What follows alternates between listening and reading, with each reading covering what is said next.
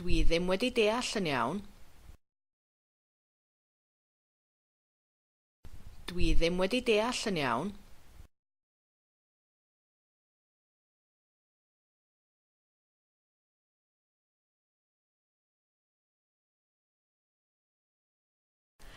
Fydd e ddim wedi gorffen ei swper. Fydd e ddim wedi gorffen ei swper.